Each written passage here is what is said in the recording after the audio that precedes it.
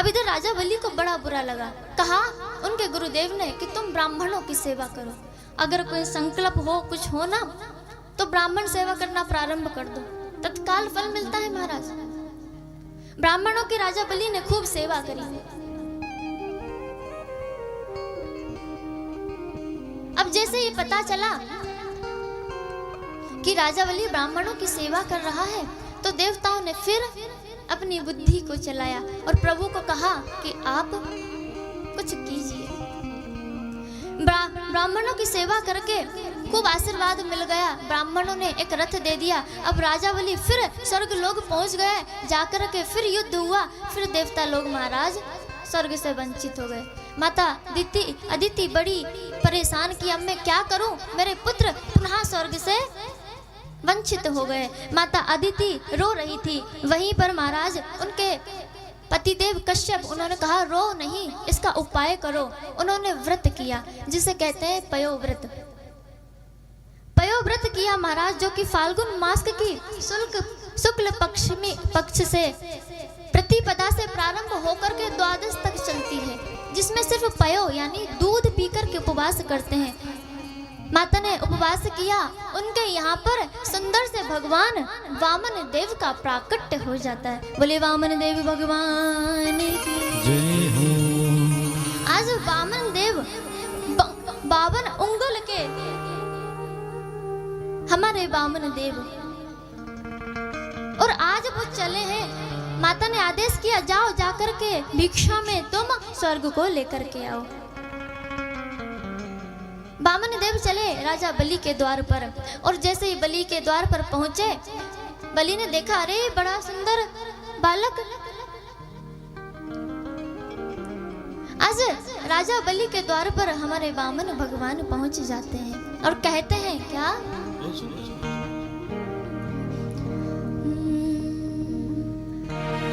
तेरे द्वार खड़ा भगवान, भगत भर दे रे झोली, भगत भर दे रे झोली, भगत भर दे रे झोली।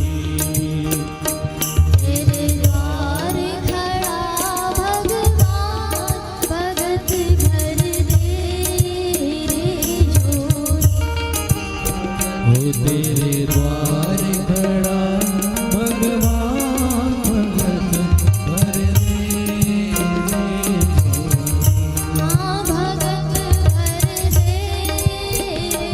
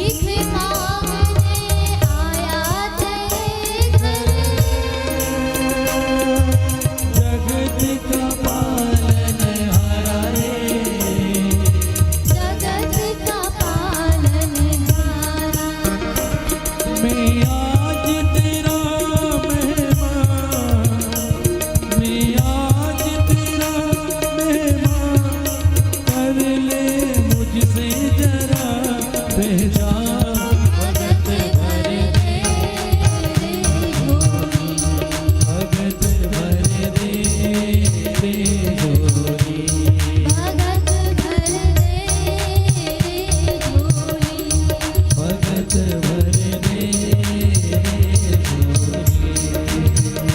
तेरे द्वार खड़ा भगवान, भगत भर दे झोली, भगत भर दे झोली, हाँ भगत भर दे झोली, भगत भर दे झोली। भगत भर दे।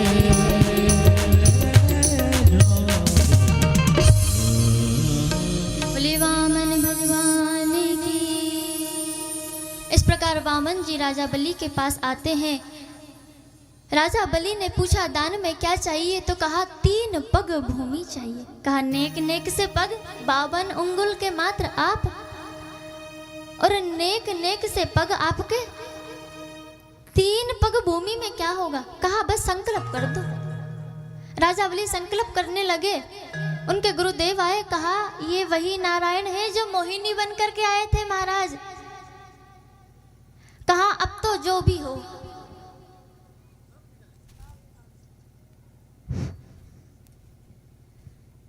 श्रीमन नारायण नारायण नारायण, श्रीमन नारायण नारायण नारायण, नारायण नारायण। ओ मुझ में नारायण, तुझ में नारायण, मुझ में नारायण, तुझ में नारायण, सब में नारायण, नारायण नारायण, सब में नारायण, नारायण नारायण।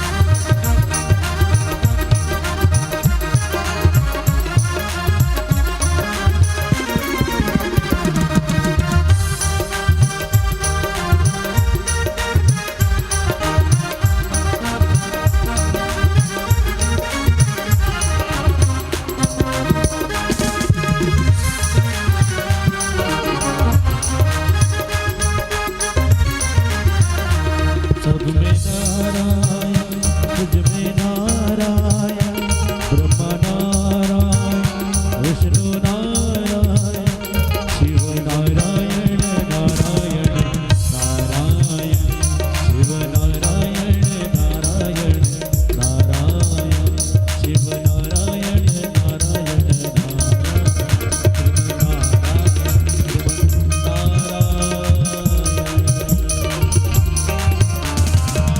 बोले भक्त वत्सल भगवान की। जय हो।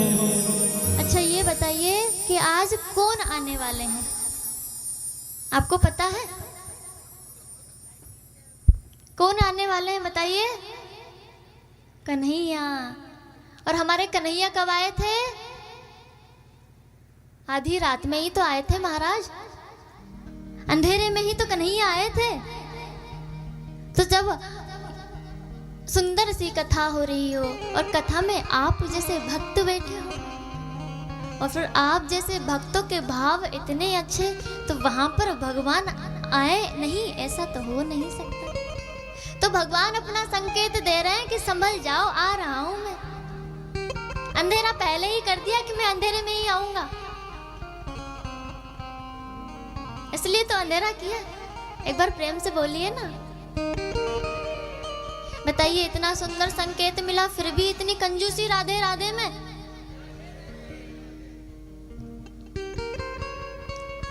बस समझ लीजिए कन्हैया आने वाले, आज अंधेरे में जन्म किया जाएगा उनका, सुंदर सा उनका उत्सव मनाया जाएगा।